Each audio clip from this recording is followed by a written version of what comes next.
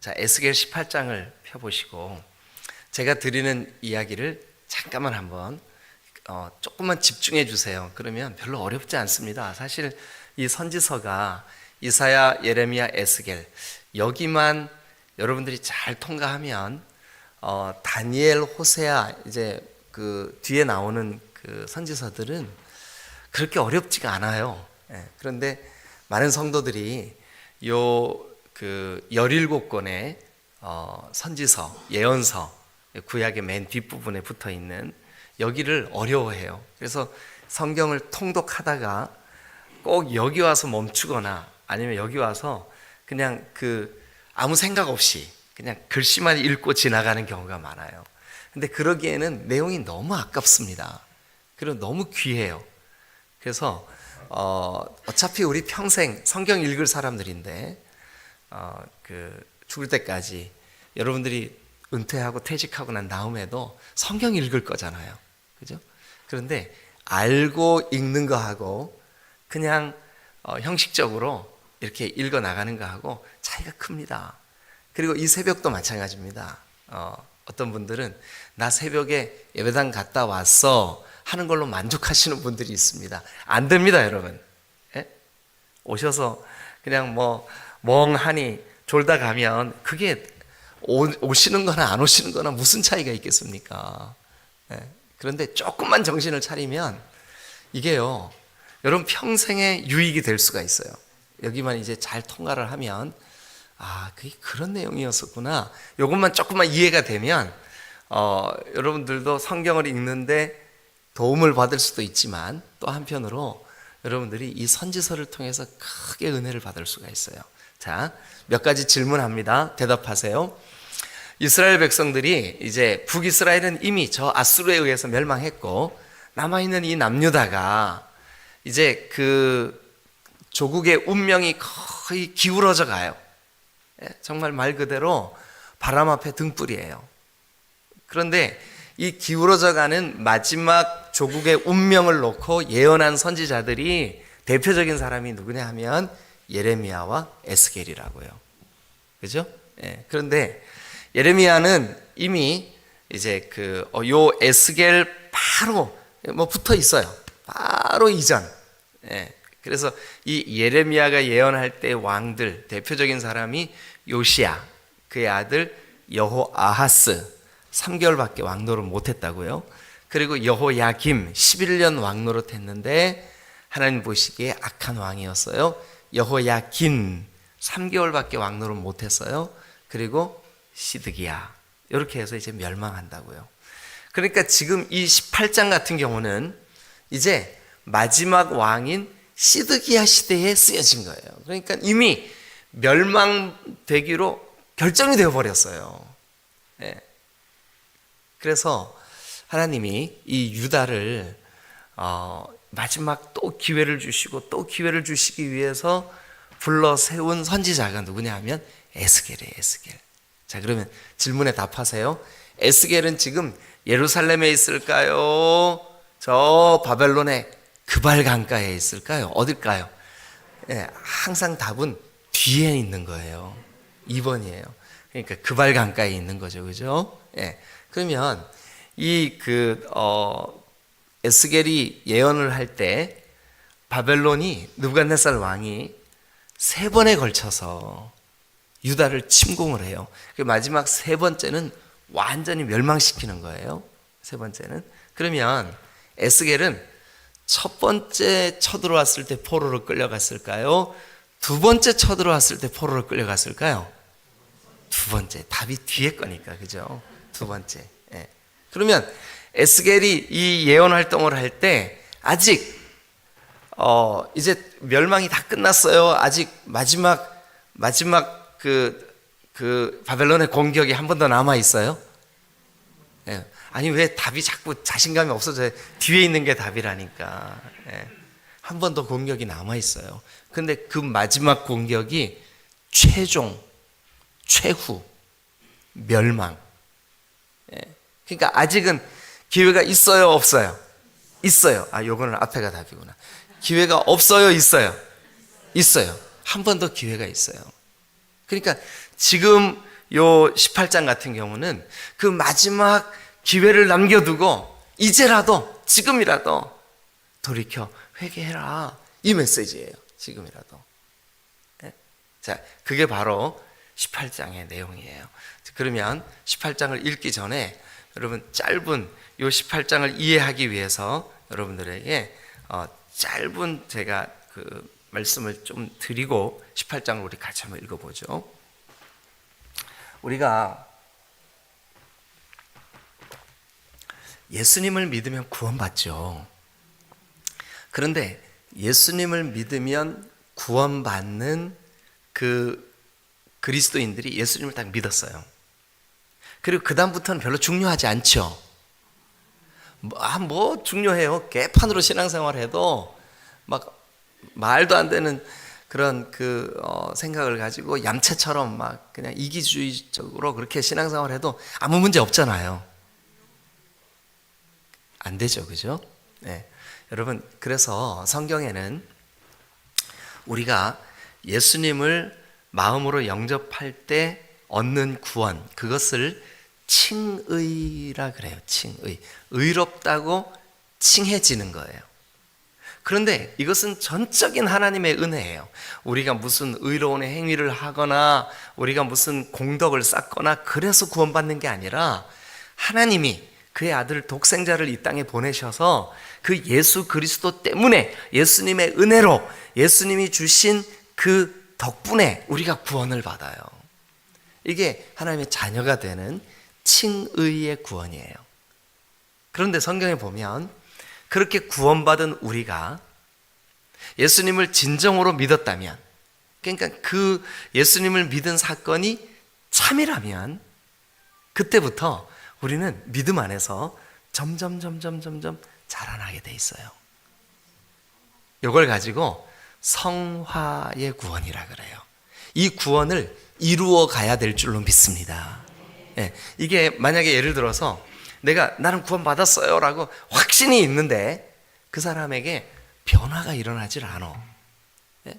여전히 세속적인 가치관, 여전히 탐욕적이고 여전히 막 자기 성질이 그대로 살아 있어서 막 그냥 이웃들에게 분을 내고 막 자기 중심의 그런 삶을 살아요. 그러면 그 사람이 처음에 나는 예수님을 믿었기 때문에 구원받았어 라고 하는 이 칭의의 구원이 의심스러운 거예요. 진짜 구원받은 걸까? 이렇게. 그러나 내가 정말 막 이 확신이 어떨 때는 흔들릴 때도 있어. 어떨 때는 내가 연약해 보여. 그리고 내가 정말 구원받은 그리스도인이 맞나? 라고 하는 생각이 들 때도 있어요. 그럼에도 불구하고 나는 주님과 동행하고 싶어. 나는 주님 뜻대로 살고자 하는 막 그 열망이 내 속에 있어요. 그래가지고 내가 죄에 넘어지거나 그러면 막 속이 상하고 막 그 자기 자신에 대해서 막 안타까운 마음이 들고 막 괴로워요.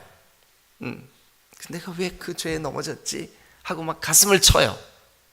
그러면 내가 칭의의 구원에 대해서 어떨 때 내 마음에 흔들리는 마음이 있다 할지라도 그 칭의의 구원이 진정으로 이루어졌기 때문에 성화의 구원이 이루고자 하는 열망이 내 속에 있는 거예요. 만약에 이 칭의의 구원이 이루어지지 않았다면 이 성화의 구원에 대한 열망이 없는 거예요. 이해가 되셨죠? 예. 그래서 여러분, 우리가 하나님 앞에 섰을 때는 이 칭의에 대한 구원, 예수 그리스도의 은혜로 받은 구원과 그리고 그 구원받은 이후에 우리가 점점 자라나야 되는 이 성화의 구원이 주님 앞에 내어 보여드리는, 물론 우리가 쌓은 이 우리의 공덕이 하나님 앞에 무슨 의미가 있겠습니까마는 그 의로우신 하나님이 마지막 날 그 구원을 우리에게서 찾으신다고요. 여러분, 이 사실을 꼭 좀 기억하시길 바라요. 아멘. 네. 자, 그러면 우리가 이제 이 18장을 볼 때 여러분들이 이런 생각을 하게 될 거예요. 야, 이 18장이 정말 우리가 칭의, 좀 의롭다고 칭해지는 그 구원의 관점으로 보면 이게 이해가 잘 안 돼요. 그러나 성화의 구원의 관점으로 보면 18장이 어렵지가 않아요. 전혀. 자, 그럼 일단 1절부터 4절까지 한번 쭉 읽어보겠습니다. 자, 1절부터 4절까지 읽습니다. 시작. 또 여호와의 말씀이 내게 임하여 이르시되 너희가 이스라엘 땅에 관한 속담에 이르기를 아버지가 신 포도를 먹었으므로 그의 아들의 이가 시다고 하면 어찌 됨이냐. 자, 여러분 요 밑줄 한번 그어보세요. 속담. 아버지가 신포도를 먹었기 때문에 그 아들의 이가 시다. 이런 속담이 있었어요. 실제로 에스겔이 선지 활동을 할 그 당시에 이 속담은 많은 사람들이 이 속담을 말했어요. 이걸 왜 말했냐 하면 이것 때문이에요. 뭐냐면 우리가 지금 바벨론의 포로로 끌려가는 거, 우리가 지금 심판받는 거, 이거는 조상들의 죄 때문이야. 이 생각이 있었어요. 근데 그게 도대체 무슨 말이냐 하고 질문하는 거예요. 그러니까 그거는 말이 된다 안 된다? 안 된다는 거예요. 말이 안 된다. 예, 말이 안 된다. 여러분 우리나라에도 지금은 이제 우리 여러 교단들, 특히 이제 침례교회도 그렇고 장로교회도 그렇고 여러 교단들이 이단적인 사상이다라고 규정을 한 뭐냐면 가계에 흐르는 저주를 끊어라라고 하는 책이 있었어요. 저도 그 책을 읽었거든요. 읽으면서 이게 좀 이상하다 하는 생각을 했어요. 왜 그랬냐 하면 아니 여러분 가계에 흐르는 뭐랄까 정서가 있죠. 분위기가 있죠. 그죠? 예, 아버지가 정말 정직하고 참 신실하신 분이에요. 그러면 아들도 그 영향을 받을 수 있죠. 그죠? 예, 그걸 부인할 수는 없어요. 그러니까 정서적으로 부모님들의 그 가풍, 집안의 분위기, 그건 있을 수 있어요. 그러나 영적으로는 가게에 아무리 저주가 흐른다 할지라도 여러분 예수님을 믿는 순간 그 사람 때문에 그 가게의 모든 흐름은 없는 거예요. 예수 믿고 구원받으면 그 예수 그리스도의 능력이, 예수 그리스도의 은혜가, 예수 그리스도의 공로가 그 모든 영적인 저주와 재앙들을 끊어낸 줄로 믿으시길 축원합니다. 더 이상 예수 믿는 사람에게는 그게 없는 거예요. 우리가 그걸 끊기 위해서 막 몸부림을 치고 노력하고 할 필요가 없는 거예요. 영적으로는 이미 예수 그리스도의 생명의 그 능력이, 예수의 영이 우리 가운데 딱 임하는 순간 어둠의 세력은 이미 떠나간 줄로 믿으시길 축원합니다. 그러니까 이제는 더 이상 우리 집안에는 이런 흐름이 있나 봐 이런 생각하지 마세요. 그거는 사탄이 주는 생각이고 나쁜 생각이에요. 그러니까 이미 내가 예수님을 나는 믿어 하는 순간 이미 재앙과 저주와 모든 심판은 떠나간 줄로 믿으시길 축원합니다. 누구에게도 이거는 더 이상 우리를 괴롭게 할 수가 없어요.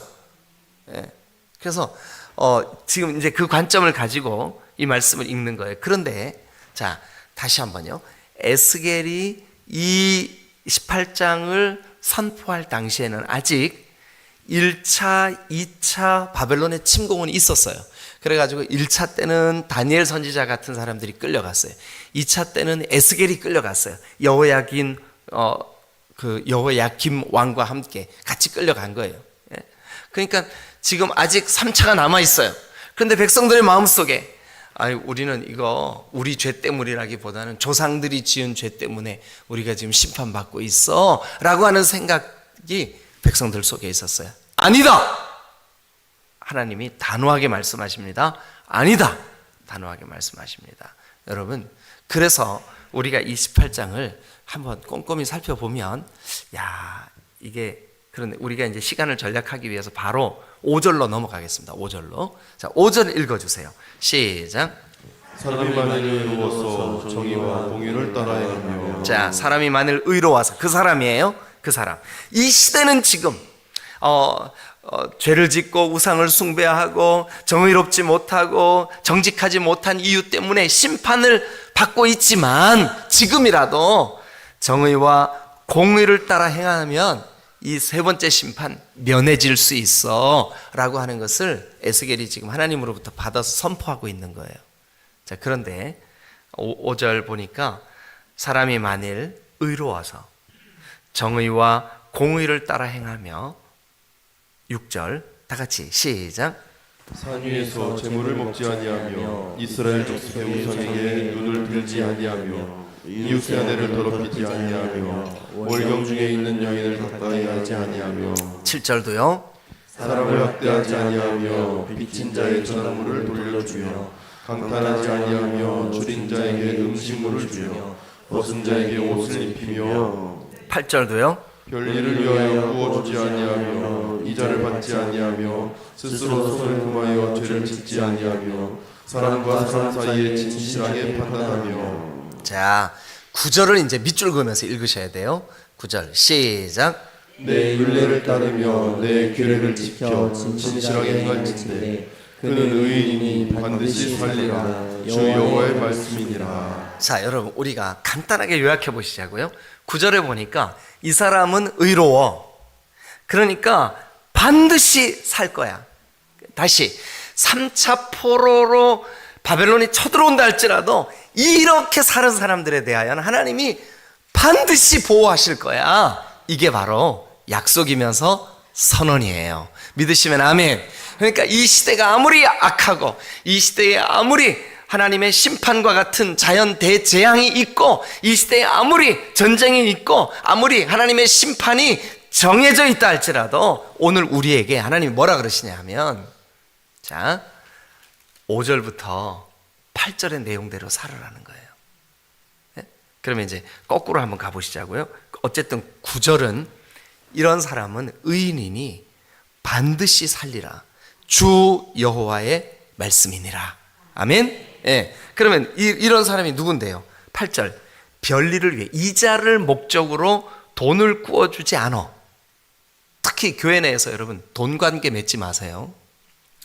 교회 내에서 돈 꾸어주고 빌리고 하지 마세요. 절대로 그렇게 하면 안 됩니다. 특히 목장에서 그렇게 하면 안 됩니다. 만약 목장 식구 중에 경제적인 너무 어려움이 있어. 근데 하나님께서 내 마음에 막 저 사람을 위해서 기도하게 되고 불편한 마음을 주셔요. 그러면 그 사람에게 그냥 돈을 줄 수는 있어요. 그냥 돈을 줄 수는 있어요. 그러나 그 구제를 받는 사람도 내가 언젠가는 반드시 이거 갚아야지.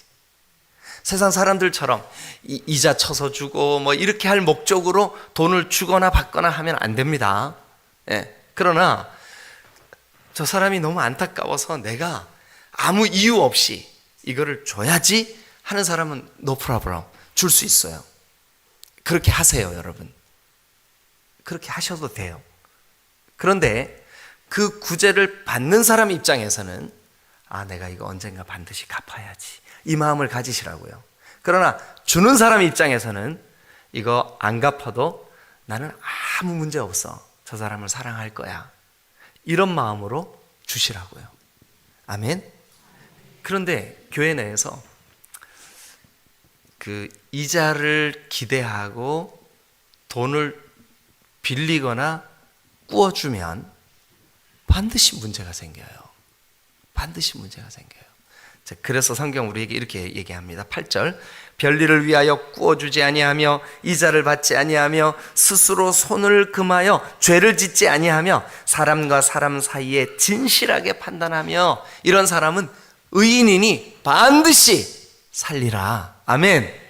예. 그 다음에 이제 7절도 보세요. 사람을 학대하지 아니하며 빚진 자의 저당물을 돌려주며 강탈하지 아니하며 줄인 자에게 음식물을 주며 벗은 자에게 옷을 입히며. 그러니까 서로 여러분 이웃에 주변에 지체에 한 교회에 어려움을 당하는 사람이 있으면 그 사람을 선입견을 가지고 이렇게 학대하지 말, 그러니까 아무렇게나 대하지 말고 여러분 우리 교회에 좀 경제적으로 어려움을 겪는 사람이 있다 할지라도 결단코 그들에게 함부로 하거나 그들을 업수히 여기거나 이건 무서운 죄입니다.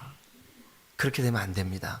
그런데 오늘 여기 성경에 보니까 그들에게도 똑같은 마음으로 대하여 주고, 배운 자나 못 배운 자나 가진 자나 못 가진 자나 똑같은 마음으로 대해 주는 거, 이것은 의로운 일이니 이렇게 대하는 사람은 반드시 살리라. 아멘. 예. 이제라도 너희가 그렇게 대하지 못했던 것이 생각나면 회개하고 다시 그렇게 대해. 그러면 3차 침공으로 심판받는 일은 없을 거야. 이게 에스겔 선지자의 메시지 내용이라고요. 이제 이해가 되셨죠? 예. 여러분, 우리가 디딤돌 교회라고 하는 공동체로 이렇게 모였습니다. 만약 우리 안에 이 사람은 사회적인 지위가 있는 사람이야, 그러니 대접받아야 돼, 이 사람은 그렇지 않으니까 좀 함부로 대해도 돼, 여러분, 이거는 바로 이 유다가 멸망할 때 멸망하는 이유였어요. 여러분 옆에 몸이 좀 불편한 사람이 와 앉아 계세요? 그럼 더 따뜻하게 그들을 보살펴 주시고 북돋워 주시고 도와주실 수 있기를 주님의 이름으로 축원합니다. 여러분 목장에 정말 가난하여 빚진 자가 앉아 있으세요? 그들을 위해서 더 기도해 주고, 여러분들이 조금이라도 능력이 되면 여러분들의 것을 나누어 줄 수 있는 그런 사람들이 되시기를 주님의 이름으로 축원합니다. 이게 여러분 3차 바벨론의 침공을 피하여 심판받는 일을 면할 수 있는 마지막 길이에요. 아멘. 자, 그러면 이제 그 다음을 한번 보시죠. 10절. 자, 그런데 가령 그렇게 의롭다고 칭해지는 그 사람이 아들을 낳았다고 하십시다. 그런데 10절에 보니까 그 아들이 이 아버지가 행한 모든 선을 하나도 행하지 않아요. 그리고 그 죄악 중에 이런 죄를 지어요. 그러니까 아까 그 6절부터 8절까지 거론된 죄죠. 예를 들면 산 위에서 재물을 먹지 아니하며 이스라엘 족속의 우상에게 눈을 들지 아니하며 이웃의 아내를 더럽히지 아니하며 월경 중에 있는 여인을 가까이 하지 아니하며 사람을 학대하지 아니하며 빚진 자의 저당물을 돌려주며 강탈하지 아니하며 줄인 자에게 음식물을 주며 벗은 자에게 옷을 입혀주며 별일을 위하여 구워주지 아니하며 이자를 받지 아니하며 스스로 손을 금하여 죄를 짓지 아니하며 사람과 사람 사이에 진실하게 판단하며, 이게 하나님이 기뻐하시는 일인데, 아니 이렇게 살던 그 아버지의 아들이 태어났어요. 근데 그 아들이 이 아버지의 삶의 방식을 버리고 이 항목들 중에 죄를 범하는 거예요. 예를 들면 여러분, 성경에 사사 기드온, 여러분 이 사람은 하나님 앞에서 의로운 사람이었습니다. 그런데 그때만 해도 고대잖아요, 고대.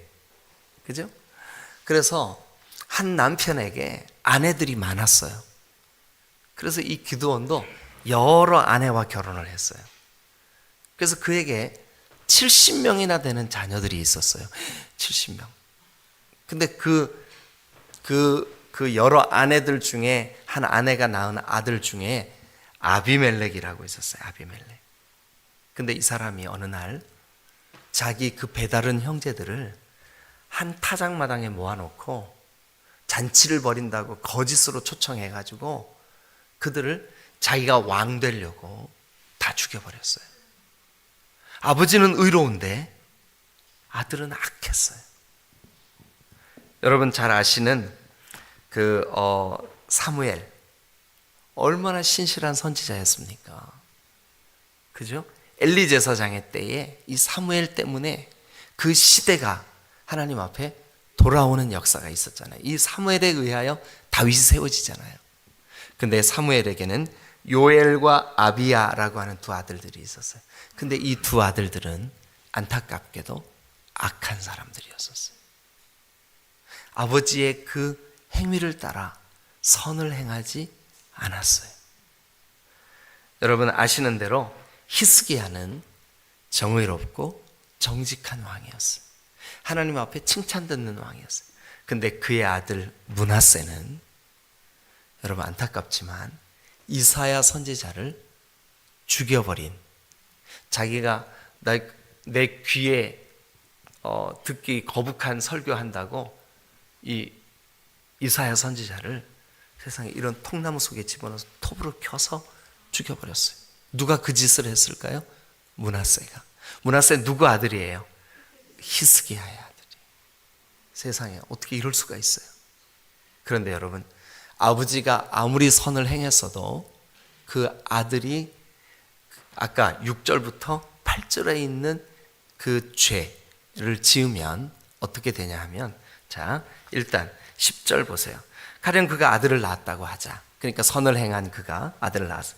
근데 이 모든 선은 하나도 행하지 않고 그 죄악 중에 하나를 범하여 강포하거나 살인하거나 산 위에서 재물을 먹거나 이웃의 아내를 더럽히거나 가난하고 궁핍한 자를 학대하거나 강탈하거나 빚진 자의 저당물을 돌려주지 아니하거나 우상에게 눈을 들어 가증한 일을 행하거나 별일을 위하여 구워주거나 이자를 위하여 이자를 목적으로 돈놀이를 하거나, 그러면 그가 살겠느냐? 여러분, 성경의 답은 뭐래요? 결코 살지 못하리라. 아멘. 밑줄 그으세요. 아, 그런 거구나. 결코 살지 못하는 거구나. 네. 이 모든 가증한 일을 행하였은즉 반드시 죽을지니, 네? 자기 피가 자기에게 돌아가리라. 아멘. 그게 바로 10절부터 13절이에요.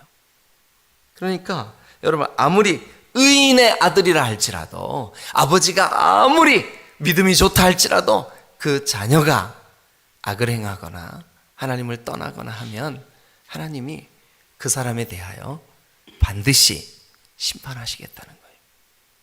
자, 그 다음 이제 14절부터 한번 봅니다. 또 가령 그렇게 악을 행했다고 치십시다. 예. 그런데 그 악을 행한 그 사람이 또 아들을 낳았어요. 그런데 그 아들이 그 아버지가 행한 모든 죄를 보고 두려운 마음이 들었어요. 우리 아버지처럼 저렇게 하면 안 되는데. 그래서 두려워하여 그 아버지의 행위를 본받지 않고 그대로 행하지 아니하고, 자, 15절, 산 위에서 재물을 먹지 않고 이스라엘 족속의 우상에게 눈을 들지 아니하며 이웃의 아내를 더럽히지 않고 사람을 학대하지도 아니하며 저당물을 잡지도 않고 강탈하지도 않고 줄인 자에게 음식물을 나눠주고 벗은 자에게 옷을 입혀주고 손을 금하여 가난한 자를 압제하지 아니하며 별리나 이자를 받지 아니하여 내 규례를 지키며 내 율례를 행할진대. 자, 다 같이 시작. 이 사람은 그의 아버지의 죄 앞 죽지 아니하고 반드시 살겠고. 반드시 어떻게 하겠대요? 그러면 여러분 보세요. 저 바벨론의 마지막 심판, 3차 침공을 앞둔 유다여, 그대들의 우상 숭배, 그대들의 성적인 타락, 그대들의 이 가진 자의 압제, 이거 버리면 남은 세 번째 그 심판 있겠대요, 없겠대요? 없겠다는 거예요. 없겠다는 거예요. 아직은 기회가 있다는 거예요.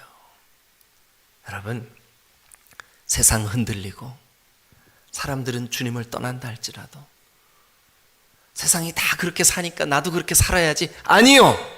아니요. 오늘 이 세상의 이 현대의 풍조는 하나님을 떠나고 그 마음이 물질을 향하고 세속적이고 음란하고 더럽고 쾌락적이라 할지라도 우리의 중심이 하나님 앞에 서 있다면 하나님 우리를 결코 심판하지 아니하시며 살리실 줄로 믿습니다. 이게 18장의 전체 주제예요. 아멘.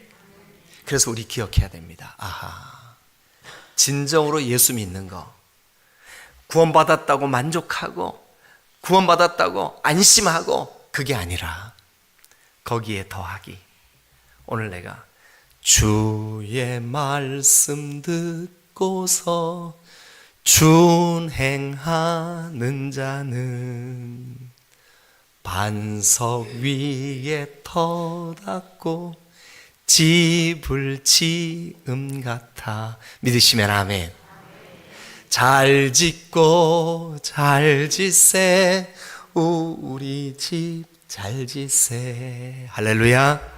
아멘. 코로나가 막 시작된 지 얼마 안 됐을 때 저에게 월남으로부터 한 통의 전화가 걸려왔어요. 임 목사님, 우리 베트남에 와 있는 선교사님들에게 이 목회자의 자녀인 이 딸 아이가 중요한 재원이 될 수 있습니다. 베트남에서 한국에 가 있는 사람들이든 또 베트남으로 돌아와서 사역을 하던 선교적으로 볼 때 귀한 자매가 있는데 한국에 유학 보내고 싶습니다. 임 목사님이 좀 돌봐주세요. 그래서 여러분 받아들인 그 자매가 희엔이에요.